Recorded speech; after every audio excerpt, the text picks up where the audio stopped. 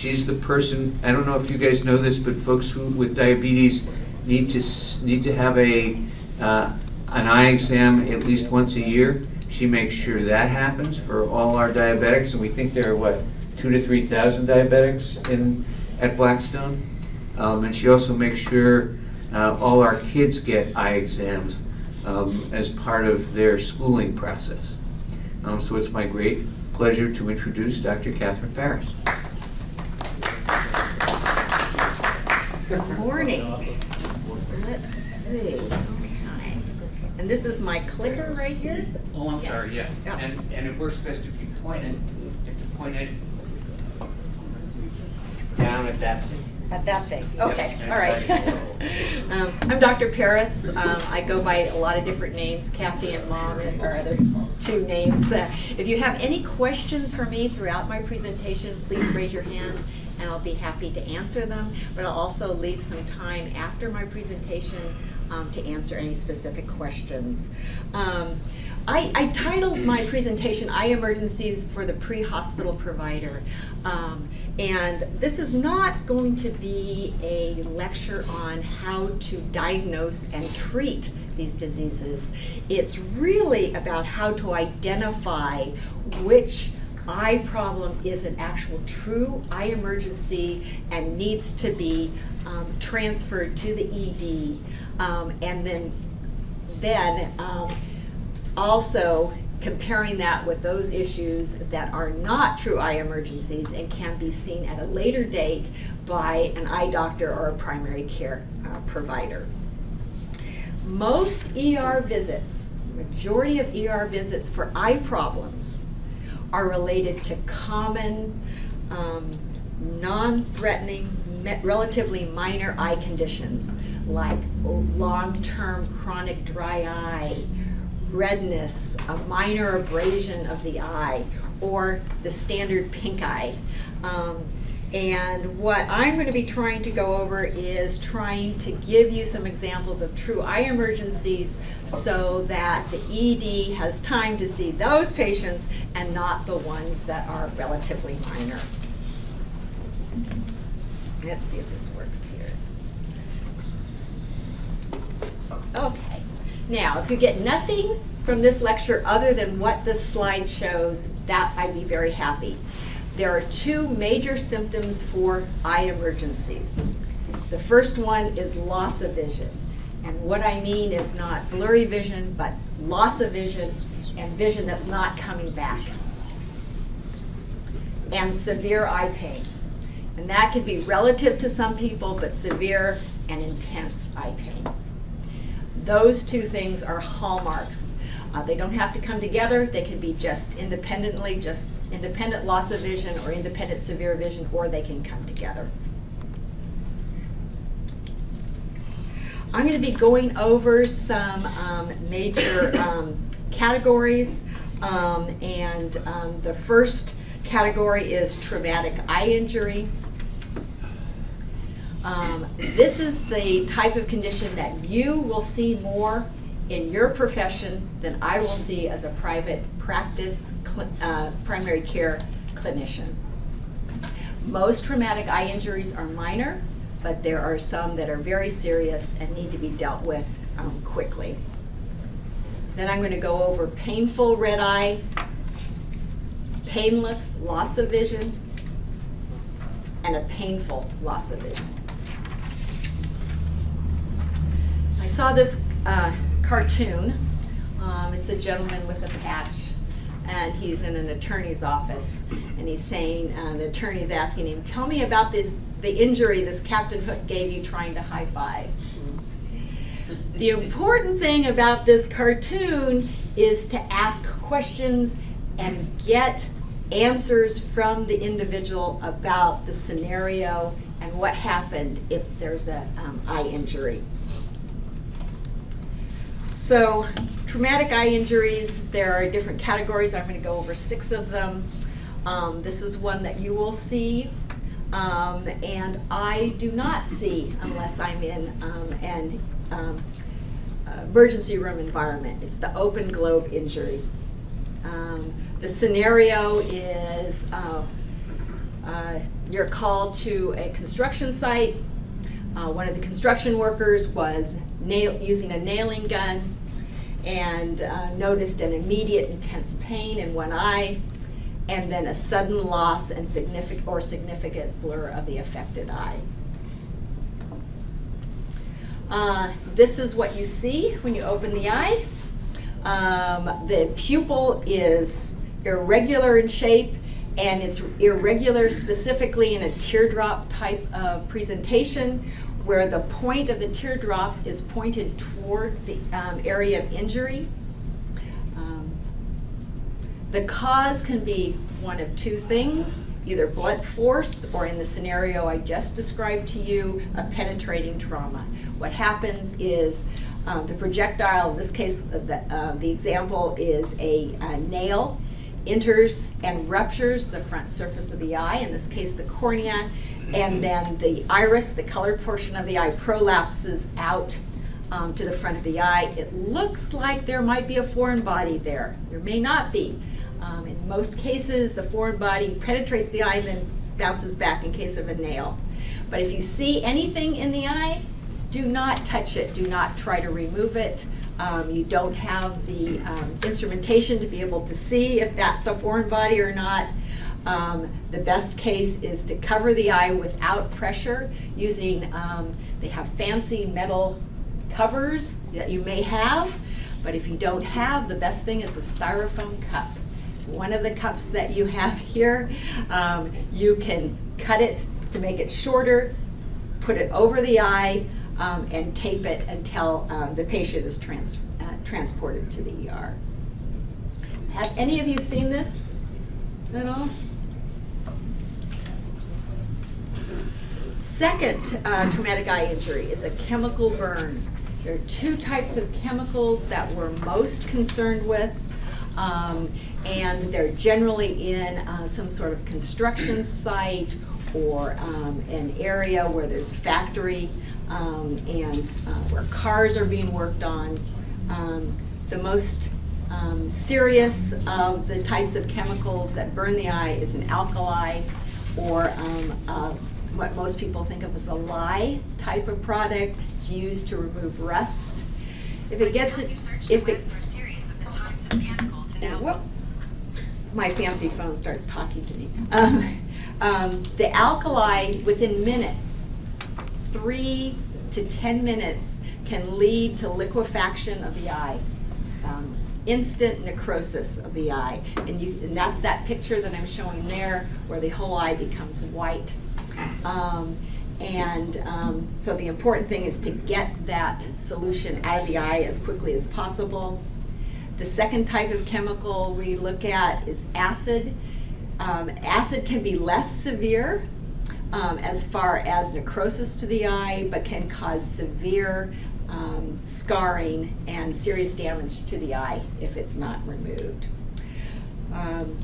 The treatment is immediate and copious irrigation and constant irrigation, not just one drop, but constant irrigation, putting the patient's head underneath the hose if there's a hose.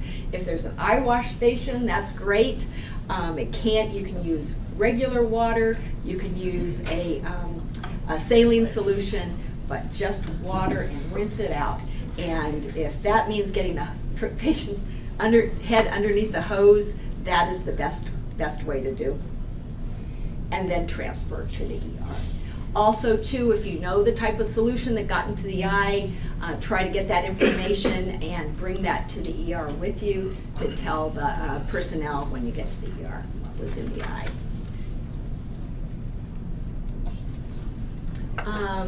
Third type of eye injury is a retained foreign body.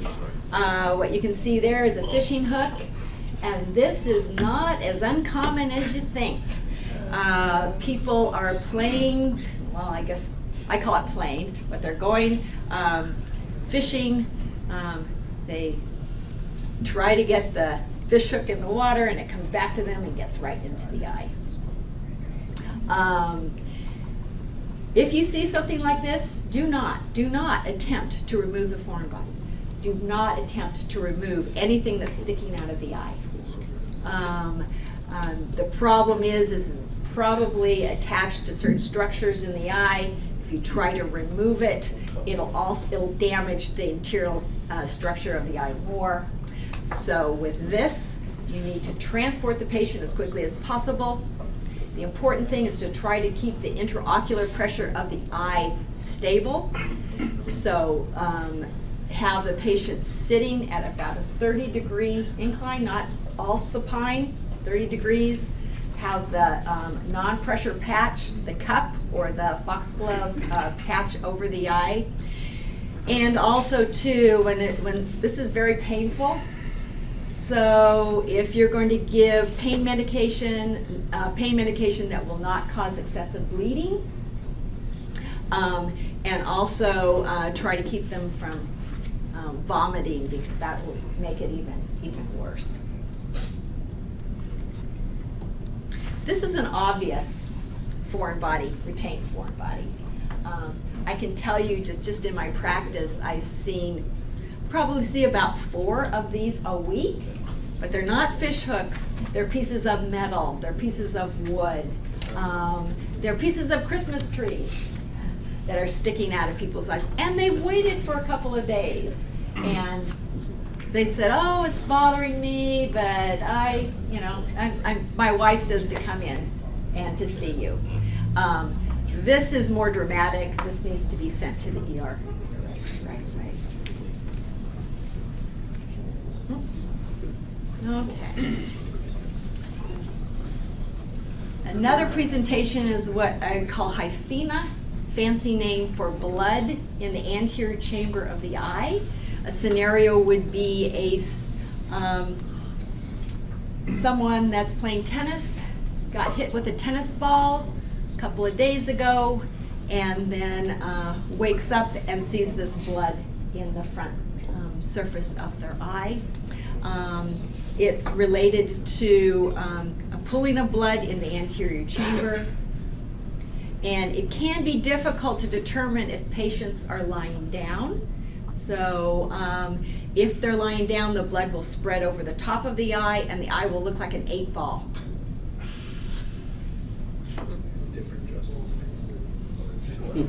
80% of patients with this presentation will have concomitant injuries, such as facial fractures and open globe injuries, and that's why these patients need to be transported to the ER. We're seeing them. And again, the cover is with a non-pressure patch over the eye so the patient isn't playing with their eye, and then to transport to the ER.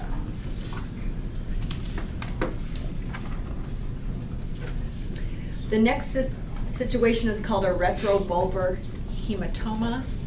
You guys may have even seen these. This is common in motor vehicle accidents when the eye hits the steering wheel or some other object within the car. It's related to bleeding in the posterior of the eye. The veins that drain the posterior of the eye will become injured and drain out behind the skull and the eye. It's typical from blunt force trauma, and it develops over a few hours after the trauma. So it sometimes can develop during transport or while the patient's being evaluated at the scene. There's sudden decreased visual acuity. Patient has painful proptosis, which means the eye starts bulging out of the socket. It's very painful. Pupil is dilated and does not react to light, and the patient cannot move their eyes. Their extraocular muscles are forced. This needs rapid transport to the ER to save that eye.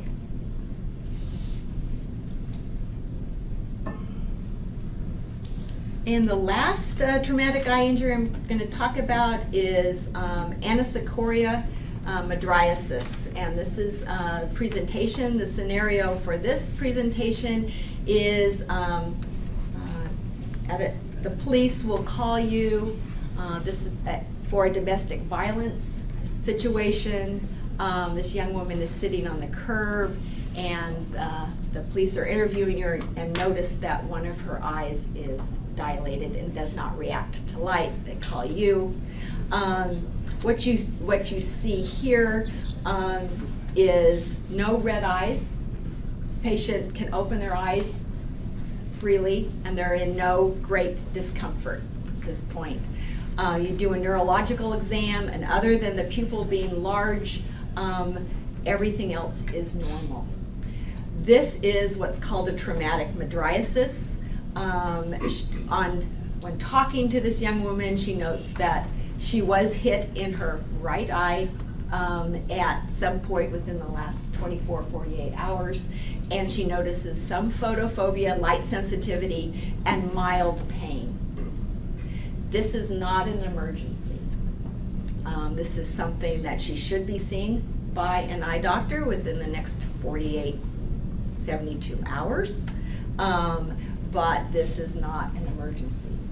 However, if you go to a domestic violence scene and this woman is in distress, her neurological signs are more than just the pupil being large, then there could be some intracranial injury, and that needs to be assessed by the ED.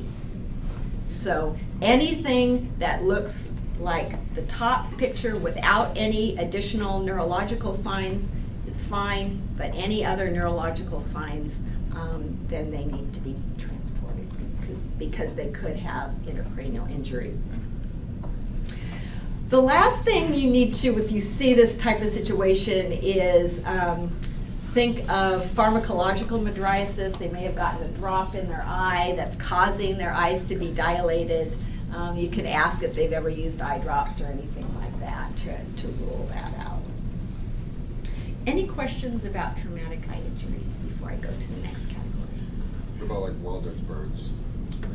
You know, not wearing the mask when welding? Had that before. Yes, and that's, some people call that a sunburn or an eye sunburn, where the anterior surface of the eye sloughs off because of a high intensity burn. That causes severe pain and loss of vision. It's not a true eye emergency, but you wouldn't necessarily know that. So generally, I would say for individuals like you, transporting to the ED is okay. What they do with that patient is they look at the eye, make sure it's a superficial burn only, prescribe some antibiotic ointment and patching, and send them home. Unless you have the type of instrumentation to determine that that's a superficial burn, you can assume that, but I would transport that patient to you. But it's not an ocular emergency, but it's something that you can treat as such.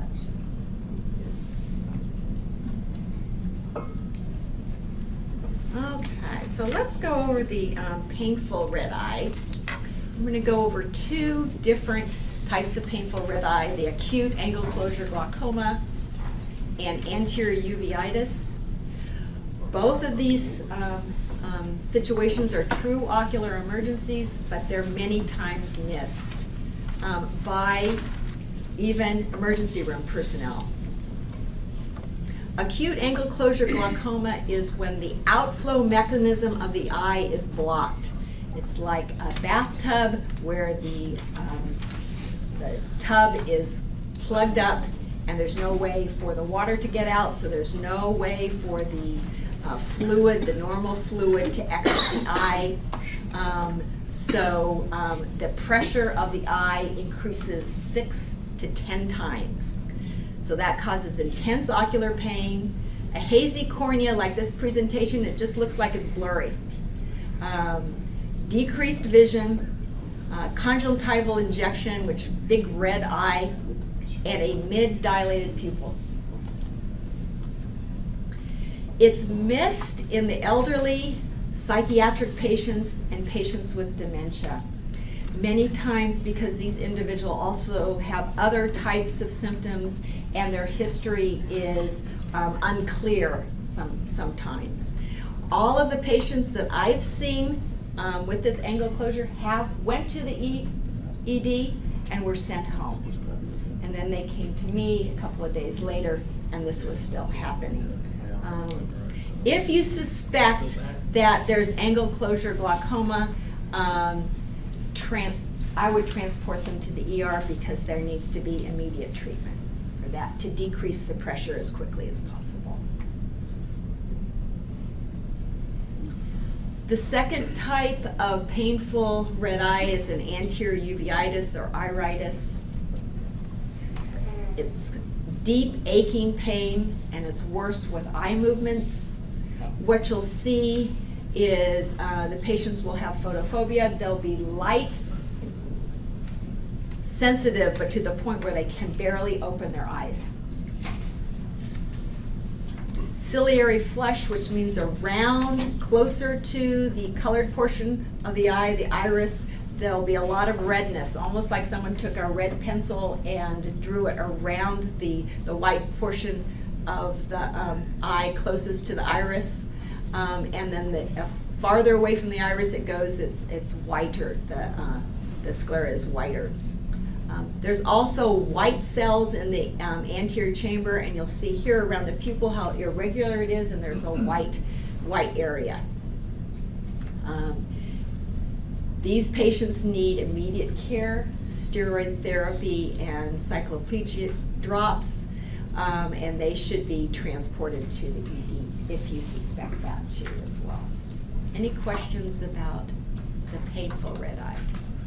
What's something that how does that come about? There's several reasons. One of the things that most people don't realize is that it can be caused by blunt force trauma, by a tennis ball accident, soccer ball accident, being hit in the eye. The problem is this doesn't, it develops over days, so it comes on suddenly 3 days generally after the initial incident. So patients will be hit in the eye with a soccer ball. That was my last patient. No problem, not even a black eye. No problem. All of a sudden, they woke up 3 days later, Saturday morning, with intense headache. They couldn't see out of that eye, and their eye was really red. Many patients will go to the emergency room themselves, but some of them will call the ambulance because they're just in so much pain. Another reason is if they have a certain types of diseases that cause their immune system to be decreased, and so they're at more risk of getting an inflammation inside their eye. Generally, their presentation is not as severe as this, but they can. Now I'll go over painless loss of vision and review retinal detachments and retinal vascular occlusion. Both of these need immediate urgent care if diagnosed. A retinal detachment is when the portion of the inside of the eye called the retina, which is actually the film of the eye that makes the pictures that are sent to the brain so you can see. What happens is the retina is made up of several different layers, and the layer that feeds, the vascular layer that feeds the nerves or the pigment epithelium that makes the pictures is detached from each other, and the nerves end up dying. And if it becomes detached, it needs to be treated quickly in order to save vision. This is an example on the left-hand side. That's the inside of the eye. The lower part of the picture shows a normal retina where you can see the blood vessels. The upper portion of the picture shows the detachment, where it's detached so much you can't even see the vasculature underneath the tissue. It's a sudden or gradual increase in floaters or cobwebs. And what I mean gradual is gradual over minutes, not days. It could be hours, but it's relatively sudden. And patients will, it's almost as if there's a curtain coming over their field of vision. Patients will wake up, pick up the newspaper, say, oh, I can't see the newspaper, I could see it yesterday, and they get nervous and they call for an ambulance. There's no pain associated with this. And it requires immediate surgical care by an ophthalmologist to save their vision.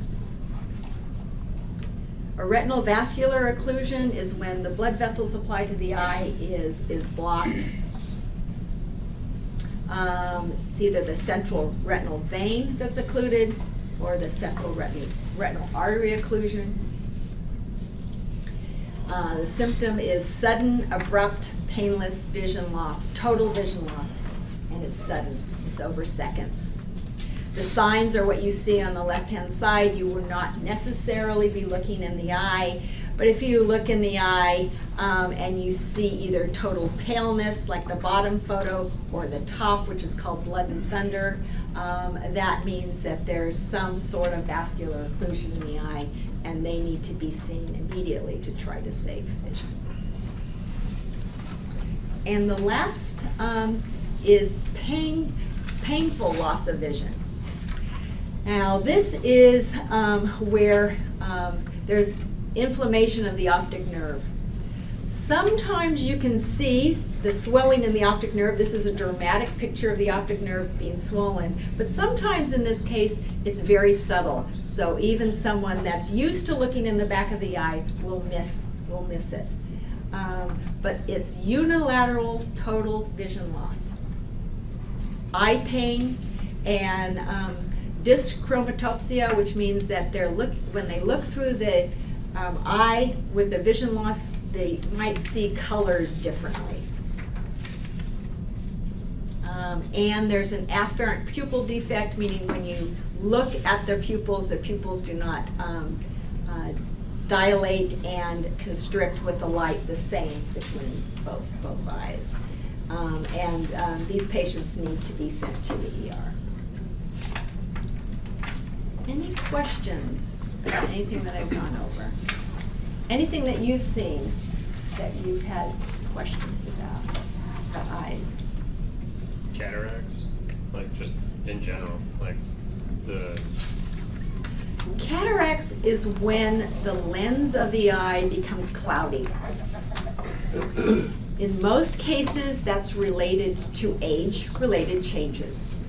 You may all have grandparents or even parents that have had cataract surgery, and it's a gradual decrease in the clarity of the lens. There can be traumatic cataracts that develop from blunt force trauma. That develops slowly and is generally painless and is not a sudden loss of vision.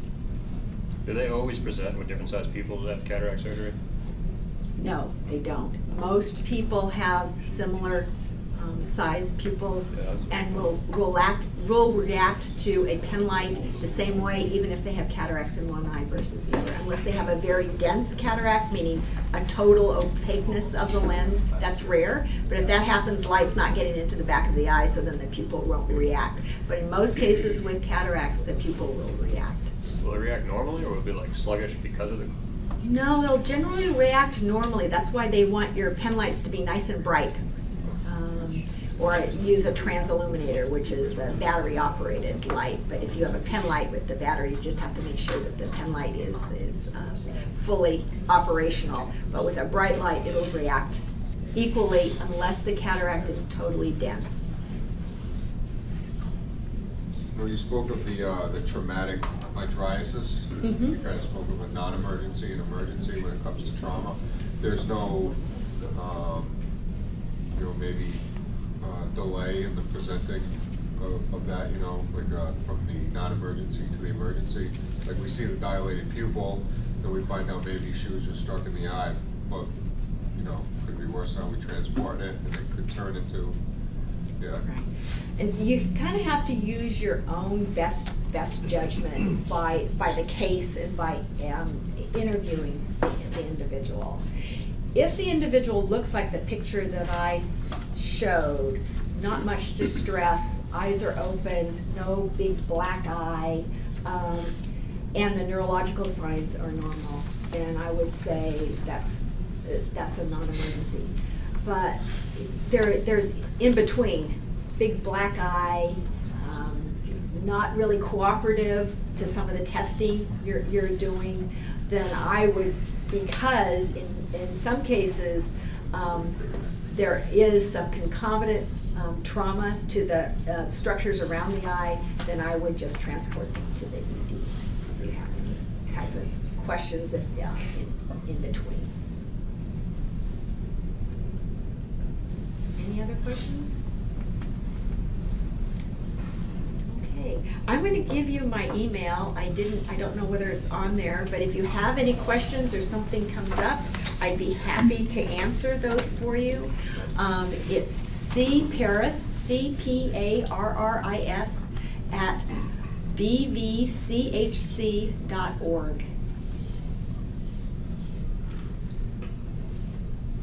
Captain Paris, we haven't yet talked about the little test at the end on Friday. Oh, But as we prepare it, the idea is that it's not supposed to be a brain twister. We're not trying to fool anybody. It's there to have people just sort of let us know that they were here and sort of got the big ideas. So what I'm hoping is, since you prepared a couple of questions, you could pose those questions and then go over the answers. okay, so I will give you the questions. How about that? That's great. Okay, so I'll ask you the question. True or false? The majority of eye problems seen by physicians in the ER are true ocular emergencies. Okay, everyone got 100%. I think there was only one. I gave two questions, but you're only going to be picking. You're going to pick two. Give both. Okay. Let's see. I think I.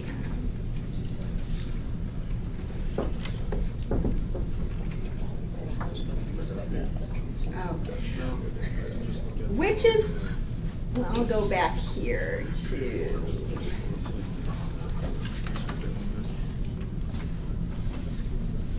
When I asked you when I told you at the beginning of my presentation about what is the most important thing to get from my talk, do you remember the two most important things? Major symptoms of emergencies. Loss of There you vision, go. severe pain. Loss of vision and severe pain. Those are the two things. So you'll be given A, B, C, D, and E, and you get to pick the one that says loss of vision and severe pain. Any other questions? All right, thank you very much. Thank you.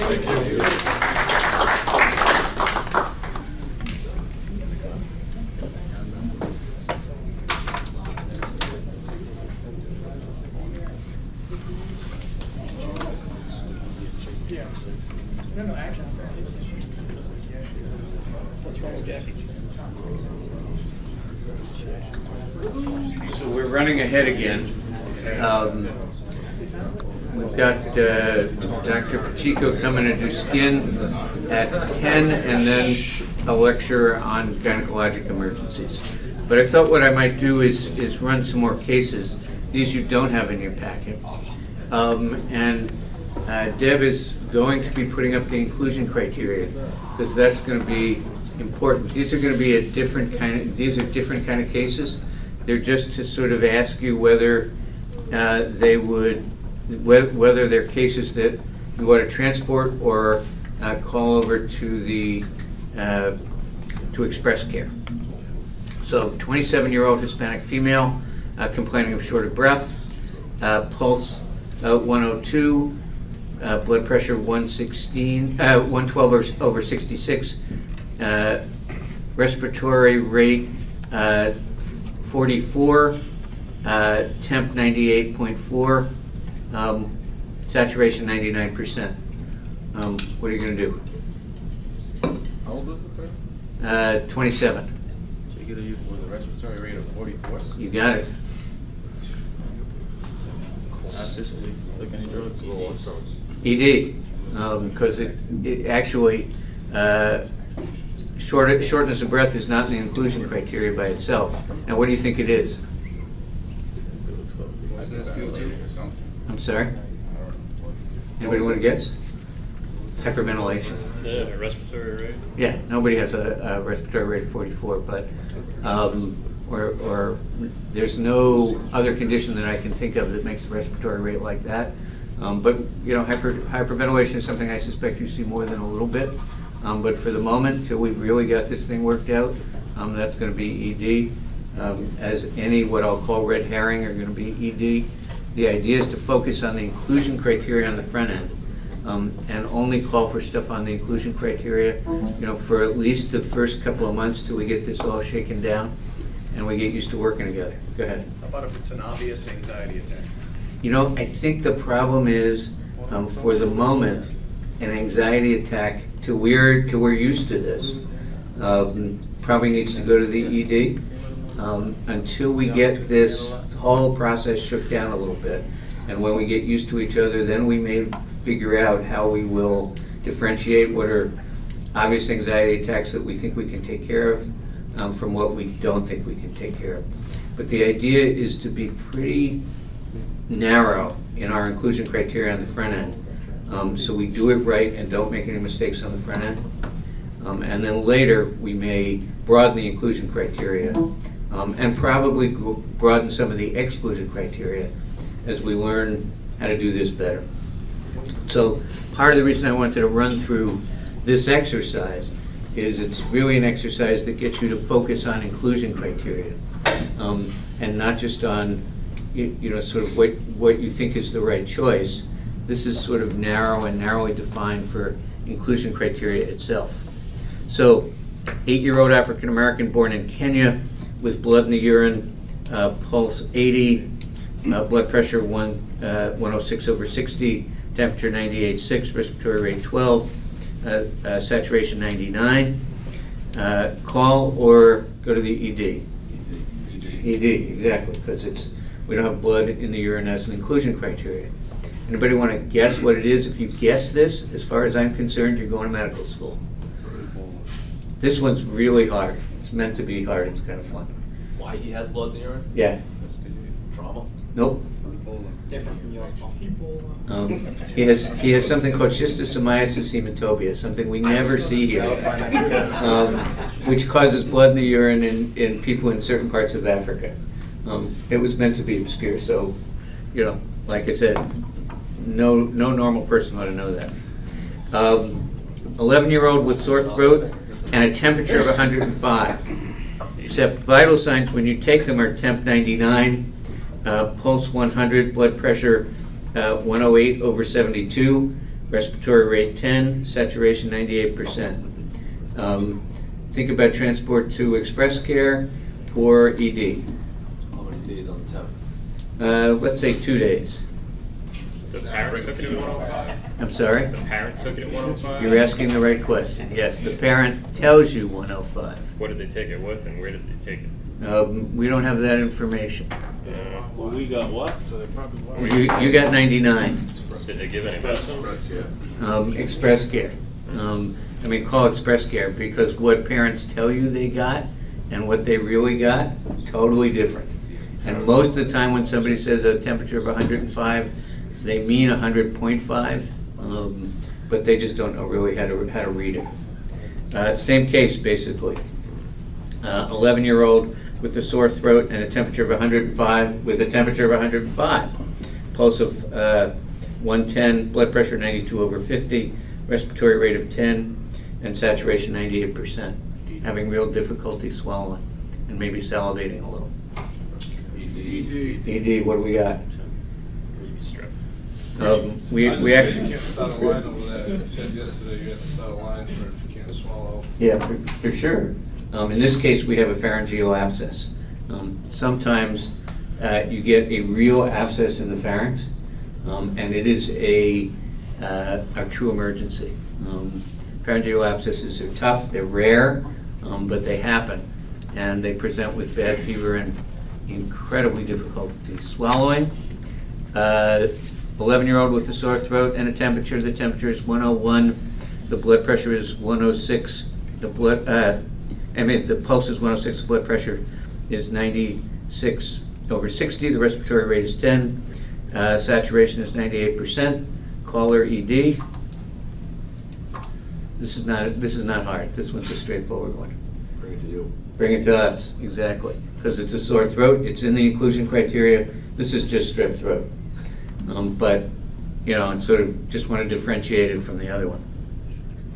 52-year-old with white female with diabetes, chest pain intermittently for 2 days, no chest pain now. Pulse of 80, blood pressure of 120/78, respiratory rate of 12, temperature 98.6, saturation 98, caller ED. What do we get for an EKG? Normal looking EKG, no STT wave changes. Bring it to you. I'm taking the ED. One Express Care, one ED, anybody else? Well, you call, I would think.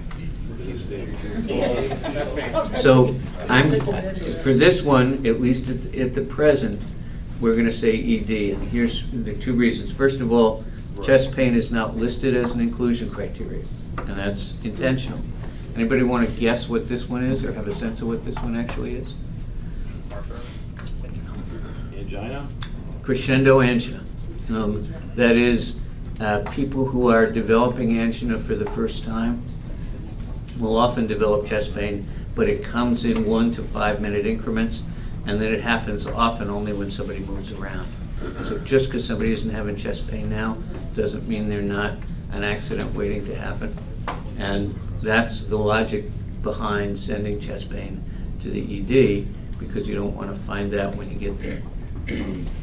Because that person who gets an EKG in the middle of chest pain is going to look a whole lot different from that person with an EKG at rest and without discomfort. 73-year-old with blood in a portion of the eyeball, normal vital signs.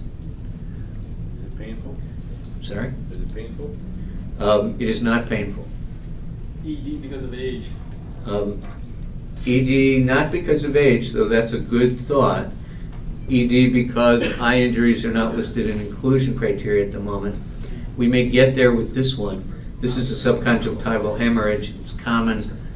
It actually doesn't need any treatment, and it'll go away by itself. But the point is, because we haven't listed eye injuries or eye problems in the inclusion criteria, for the moment we're going to stay with ED and work hard at talking that person into calling us instead of calling 911 as a way to take away that stuff that doesn't need EMS at the end of the day. 16-year-old with peanut allergy who gets short of breath after eating, hit themselves with an EpiPen and is now feeling well. Pulse 99, respiratory rate 16, blood pressure 110/72, saturation 99%, temperature 100. ED, great. And why is that? Excuse me? Yeah, that's right. And you have to be careful about a late rebound. 16-year-old with a peanut allergy who has a runny nose and a cough for 3 days. Temperature 99, respiratory rate 12, pulse 72, blood pressure 110/68, temperature 98/6, caller ED. Absolutely. Who cares? I mean, it's nice that they have a peanut allergy, but there's nothing that makes us think that this is caused by that peanut allergy. 68-year-old female with breast cancer, whose last chemo was 10 days ago, has a sore throat, headache, and a fever. Temperature 99, respiratory rate 16, pulse 88, blood pressure 122/72, saturation 98%. Caller ED. ED. Good. Why? One the age. Excuse me? One the age, 2 the chemo. the chemo. What happens with, what happens a few days after chemo? Often people become neutropenic. They lose their white blood cells, and they become unable to fight infection. They won't mount a fever when they're infected, but the reason your answer was so good is that even though the presenting symptoms are all in the inclusion criteria, the presence of potential neutropenia of recent chemotherapy is an exclusion criteria, and is a good reason for not hesitating and thinking about bringing them over. 22-year-old with wheezing for 6 hours, history of asthma, pulse 106, respiratory rate 22, temperature 99, blood pressure 106/62, saturation at 97%. You guys, ED. Okay, so it's ED, and this is kind of a trick question at the moment, because wheezing is not in the inclusion criteria. This is one of those things that we may eventually get to. Dr. Gutman and I were talking yesterday that we have to do some careful thinking about how to give you guidance about people who are wheezing, because there are some wheezers who we can break and take care of fine, and people walk in to express care wheezing all the time, but there are some wheezers who we know in advance we're not going to be able to break. So we're going to have to do a little literature research and give you more specifics. That will develop later, I think. For the moment, somebody who presents with wheezing as wheezing goes to the ED till we get that well worked out. And that's why these inclusion criteria are so specific, because we want to make sure that we work out things well in advance, carefully thought out, and with reference to a good amount of evidence before we spec out how to do it. And the last one is a 35-year-old with unequal pupils, pulse 80, respiratory rate 12, blood pressure 130/90, saturation 98%. ED or call? ED, because? Not on the inclusion criteria. All right? So let's take a break and back at 11, or back at 10, I'm sorry. Back at 10. You said 11. Yeah, and I changed